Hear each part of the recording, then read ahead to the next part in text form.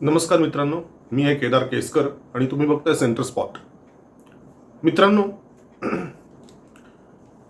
नोव्हेंबरचा महिना आहे आणि नोव्हेंबर महिन्यामध्ये अशाच पद्धतीने एका वर्षी जवळपास 3 वर्षांपूर्वी म्हणजेच 2019 साली एक बातमी येऊन धडकली होती आपल्याकडे की चीनमध्ये एक रोग पसरायला लागलेला आहे. आपण लोकांनी ती बातमी कोणी सिरियसली घेतली, कोणी घेतली नाही, पण त्याचे पडसाद जवळजवळ 3 ते 4 महिन्यांनंतर सर्व जगभरामध्ये ते पडसाद दिसायला लागले. अख्खं जगच त्यात होरपळून निघालं. कोविडची महामारी सगळ्या जगाने अनुभवली. ती सुरुवात झालेली होती चीनमध्ये 2019 साली. असाच सप्टेंबर, ऑक्टोबर, नोव्हेंबरचा काळ होता. आता सुद्धा पुन्हा तेच होत आहे. चीनच्या उत्तरेकडच्या प्रांतांमध्ये 2 प्रांत आहेत. त्या प्रांतांमध्ये एका नव्या रेस्पिरेटरी डिसीजचा आउटब्रेक झालेला आहे. म्हणजे श्वसनाशी संबंधित, श्वसनाशी निगडित आजारामुळे तिथल्या लहान मुलांना मोठ्या प्रमाणात इन्फेक्शन होत आहे. मोठ्या प्रमाणात ही बाधित झालेली मुलं घेऊन त्यांचे पालक हॉस्पिटल गाठतायत. हॉस्पिटलमध्ये खाटा अपुऱ्या पडतायत. एका रिपोर्टनुसार जवळजवळ 70,000 बीजिंगमधल्या एका मोठ्या पेडिट्रिक हॉस्पिटलमधला आकडा आहे. जवळजवळ 70 ते 77,000 रोजचे पेशंट्स आहेत. रोजचे. त्यातल्या किती जणांना त्या खाटा मिळत आहेत, किती जण बरे होत आहेत आणि निघून जात आहेत, हा आकडा तरी काही समोर आलेला नाहीये. निश्चितच कित्येक पेशंट्सना तिथे एंट्रीच मिळत नसणार आहे. वरवरचं बघत असतील, ऍडमिट करायचं असेल तर खाटाच अवेलेबल नाहीत, जा दुसऱ्या हॉस्पिटलमध्ये, असं त्यांना सांगितलं जात असणार आहे. We don't know. आता तर अशी ही बातमी यायला लागलेली आहे, म्हणजे आपल्या सगळ्यांनाच हे माहिती असेल की लहान मुलांना इन्फेक्शन झालेलं आहे चीनमध्ये. आणि प्रिकॉशनरी मेजर म्हणून भारतातल्या सुद्धा काही शाळांमध्ये एक काय म्हणूया, prevention is better than cure या पद्धतीने लहान मुलांना मास्क घाला असं सांगितलं जात आहे. आणि त्यात चूक काही नाहीये. एक प्रिकॉशन म्हणून हे केलं जात आहे. वाईट काहीच नाही आपल्याकडे. पण चीनमध्ये मात्र परिस्थिती गंभीर आहे असं दिसतंय. तिथे तर एक बातमी अशीही येते, कितपत ती क्रेडिबल इन्फॉर्मेशन आहे आपल्याला माहिती नाही, पण ती बातमी अशी आहे की फक्त लहानच नाही तर मोठी माणसं सुद्धा आता तिथे इन्फेक्ट व्हायला लागलेली आहेत, बाधित व्हायला लागलेली आहेत, अशी ती बातमी आहे. त्याला H1N9 वगैरे असं काहीतरी नाव आहे त्याला. ते काय नाव आपल्याला कळत नाही, आपण मेडिकल फील्डमधली माणसं नाही. पण पॉइंट एवढाच आहे की तो एक रेस्पिरेशन रिलेटेड, म्हणजे श्वासोच्छ्वास रिलेटेड एक आजार आहे. असं म्हटलं जात आहे की तो रिलेटिव्हली तसा बघायला गेला तर माइल्ड आहे. पण त्याच्या जोडीला आणखीन एक गोष्ट कारणीभूत आहे, ती म्हणजे इम्युनिटीला हादरा पोचवणारा आणखीन एक व्हायरस त्याच्यात आहे.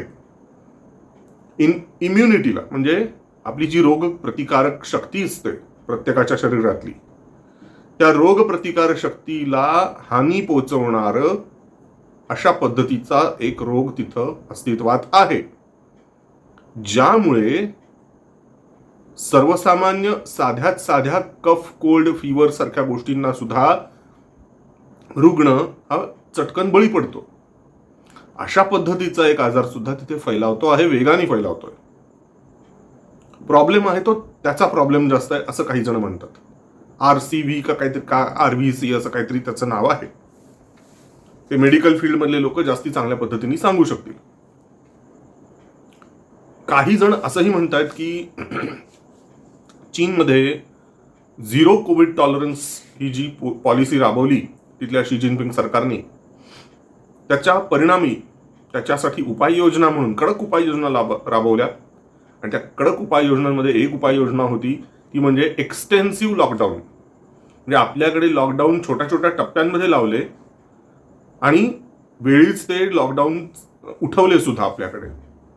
मात्र चीनमध्ये लॉकडाऊन हे खूप मोठ्या मोठ्या कालावधीसाठी वापरण्यात आले.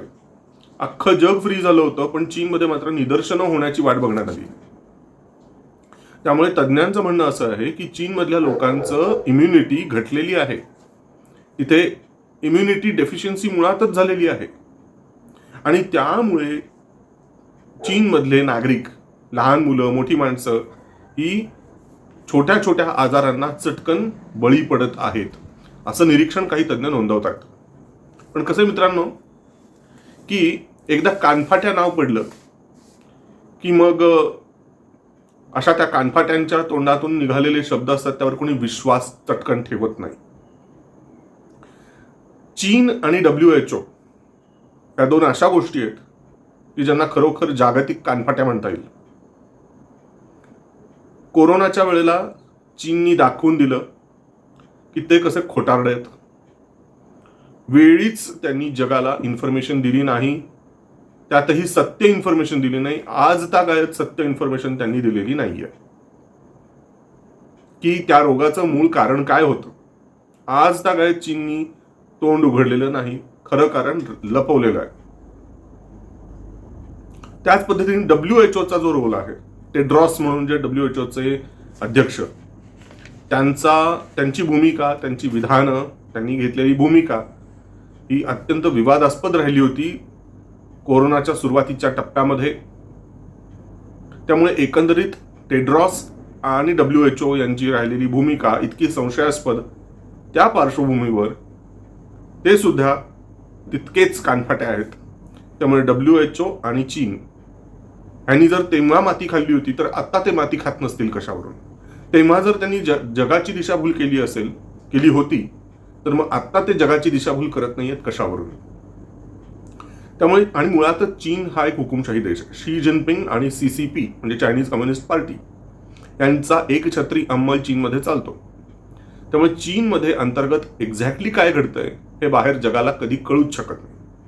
त्यामुळे आता तुम्हाला मी जी सगळी इन्फॉर्मेशन सांगितली ती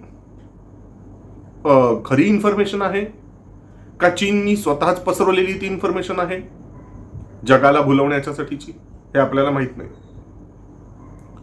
दुसरी गोष्ट अशी पण आहे, काही जणांनी शंका अशी व्यक्त केलेली आहे की कशावरून हे सगळं खरं आहे.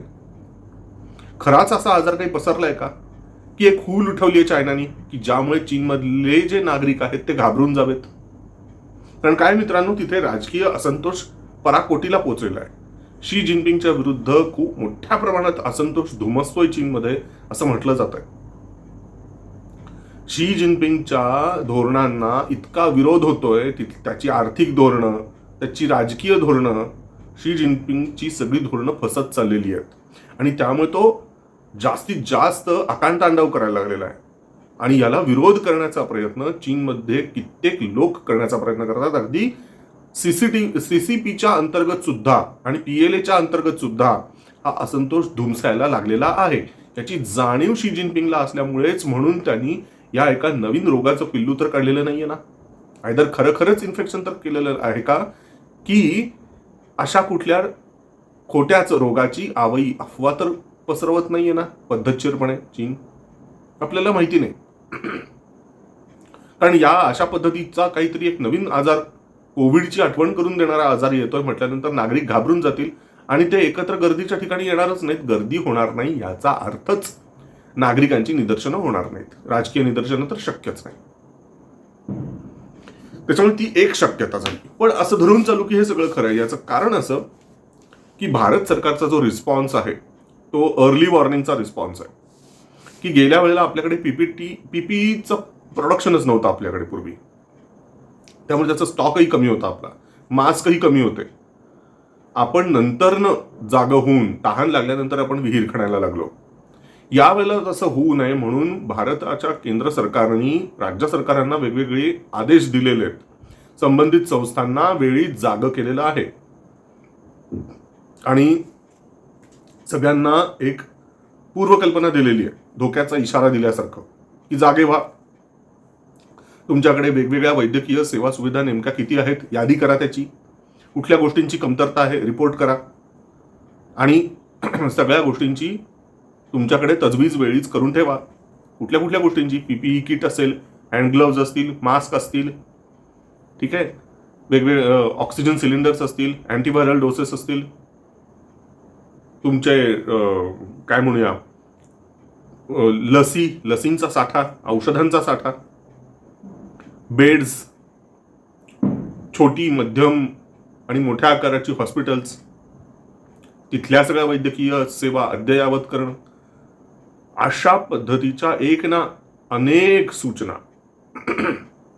संबंधित वेगवेगळ्या यंत्रणांना आणि वेगवेगळ्या राज्य सरकारांना भारत सरकारने ह्या सगळ्या सूचना केलेल्या आहेत. याचा अर्थच भारताने ही गोष्ट सिरियसली घेतलेली आहे की असं होऊ शकतं, याची जाणीव ठेवून भारत सरकारने एक पाऊल वेळीच हे उचललेलं आहे सावधपणे. तर मित्रांनो, की हे एका अर्थी झालं तर योग्य केलं भारताने की चीनबाबत आपण रिस्क घेऊ शकत नाही, की ताकही आपण फुंकूनच पिणं कधीही श्रेयस्कर. पण भारताने फक्त एवढं करून थांबायला नकोय, म्हणजे त्या रोगाच्या येण्याची भारताने वाट नकोय बघायला, तर त्या रोगाला भारतात पाऊलच टाकू नाही द्यायचं. यासाठी काय करायला पाहिजे? जे आपण पूर्वी केलं पण उशिरा केलं होतं ते आता वेळीच करायला पाहिजे. चीनमधून येणाऱ्या एकूण एक फ्लाईट्सना थांबवलं पाहिजे. भारतात लँडच नाही होऊ द्यायचं, फ्लाईट्स रोखायच्या. चीनमधून भारतात येणाऱ्या सर्व फ्लाईट्सना बंदी घालून टाकायची, सिव्हिलियन फ्लाईट्सना. इतकंच नाही तर जे काही व्यापारी संबंध आहेत भारत आणि चीनचे, त्यातले जे अगदीच इसेन्शियल अशा ज्या कमॉडिटीज असतील त्याचा व्यापार चालू ठेवावा. पण त्यावरती सुद्धा अगदी कडेकोट निगराणी ठेवायला हवी, कारण व्यापारी वस्तूंच्या माध्यमातून सुद्धा कित्येक गोष्टीचं आदान प्रदान होऊ शकतं आणि त्यामध्ये सुद्धा ह्युमन फॅक्टर असतो. त्याच्यामुळे ह्युमन फॅक्टर जिथे जिथे आहे तिथे तिथे इन्फेक्शनची शक्यता असतेच असते. त्यामुळे तिथे सुद्धा कसून चाचणी व्हायला पाहिजे, व्यापारी मालाची ने आण जिथे काही होते तिथे. आणि दुसरी गोष्ट, जर त्या इसेन्शियल कमॉडिटी नसतील तर त्या मालाच्या व्यापारावरती तात्पुरती बंदी घालायला काही हरकत नाही. तात्पुरती, एकदा का धोक्याची फेज ही निघून गेली की पुन्हा व्यापार पूर्ववत सुरळीत सुरू करता येऊ शकतो. ते एक झालं. दुसरी गोष्ट, सिव्हिलियन एअरक्राफ्टच्या संदर्भातलं मी जे मगाशी म्हणलं की विमान उड्डाणं, चीनपासून भारतात येणारी जी विमानं आहेत त्यांना बंदी घालणं. नुसतं तेवढं नाही करायचं, तर चीनमधून बाहेर पडणारे चीनी नागरिक आणि चीनला व्हिजिट करून आलेले भारतीय आणि अन्य देशांचे लोक, अशा सर्वांनाच भारतात जर यायचं असेल आणि जर त्यांना कळलं की चीनमधून थेट तुम्ही भारतात येऊ शकत नाही, तर ते वेगळा मार्ग वापरू शकतात. की चीनमधून आधी ऑस्ट्रेलियात जायचं किंवा थायलंडमध्ये जायचं किंवा सिंगापूरला जायचं किंवा जपानमध्ये जायचं, साऊथ कोरियाला जायचं आणि तिथून भारताकडे यायचं. असले प्रकार ते करू शकतात. किंवा चीनमधून आधी मलेशियाला जायचं किंवा इंडोनेशियाला जायचं आणि तिथून भारतात यायचं. असले प्रकार ते करू शकतात. आणि असे त्यांनी प्रकार करू नयेत यासाठी एअरपोर्ट्सवरती कडेकोट सिक्युरिटी व्हायला पाहिजे. तिथे स्क्रीनिंग व्हायला पाहिजे. तिथे कागदपत्रांची कसून छाननी व्हायला पाहिजे की ते जे प्रवासी आहेत ते नेमके कुठून आलेत, मलेशियातनं आलेत का, इंडोनेशियातनं आलेत का, ओके, तर त्या आधीचं त्यांचं डेस्टिनेशन कुठलं होतं, कुठून त्यांनी ते मलेशियात आले, कुठून ते इंडोनेशियात आले, त्यांचा ट्रॅक रेकॉर्ड काढायला पाहिजे त्या प्रवाशांचा. मग ते भारतीय असोत, चीनी असोत, अगदी मंगळावरचे राहणारे नागरिक असोत, कोणीही असोत, त्यांचा ट्रॅक रेकॉर्ड काढायचा की मागील किती दिवसांमध्ये ते कुठे कुठे गेले होते. चीनमध्ये तर गेले नव्हते ना, ही माहिती काढायची. त्यांचं ऑनलाईन स्क्रीनिंग करायचं. तुम्ही कुठल्याही देशातनं आलेले असाल, फक्त चीन नाही, कुठल्याही देशातनं आलेले असाल, तुमचं बॉडी टेम्परेचर, ठीक आहे, तुमचं ऑक्झिमीटरचं टेस्टिंग, सगळ्या गोष्टी कसून वैद्यकीय चाचणी करणे आणि कागदपत्राची कसून छाननी करणे, या गोष्टी एअरपोर्ट्सवरती व्हायलाच पाहिजेत. या उपाययोजना आताच सुरू करा, पुढं काही होण्याची वाट नका बघू. एकदा का आपली बाहेरची नाकाबंदी व्यवस्थित जर का केली तर मग अंतर्गत व्यवहार सुरळीत आत्ता ठेवायला काहीच प्रॉब्लेम नाही येणार. एकदा का हे रोगी बाहेरनं आत आले की मग संपलं. मग तुम्हाला हे भारतातल्या रस्तोरस्ती सगळं करायला लागेल. तसलं नको ना करायला. म्हणून मग आता एअरपोर्ट्सच्या वरतीच या गोष्टी करून टाका. नुसते एअरपोर्ट्सच नाही, पोर्ट्स सुद्धा, म्हणजे बंदरं जी आहेत ना, तिथं सुद्धा या गोष्टींची कसून चाचपणी व्हायला हवी असं मला वाटतं. अशा पद्धतीचं मी भारत सरकारला आवाहन करत आहे.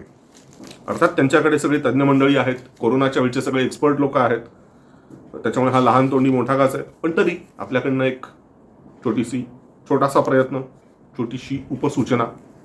तर मित्रांनो, आपल्याला हा व्हिडिओ कसा वाटला, आवडला असेल तर लाईक करा, शेअर करा, सबस्क्राईब करायला विसरू नका. खूप खूप धन्यवाद.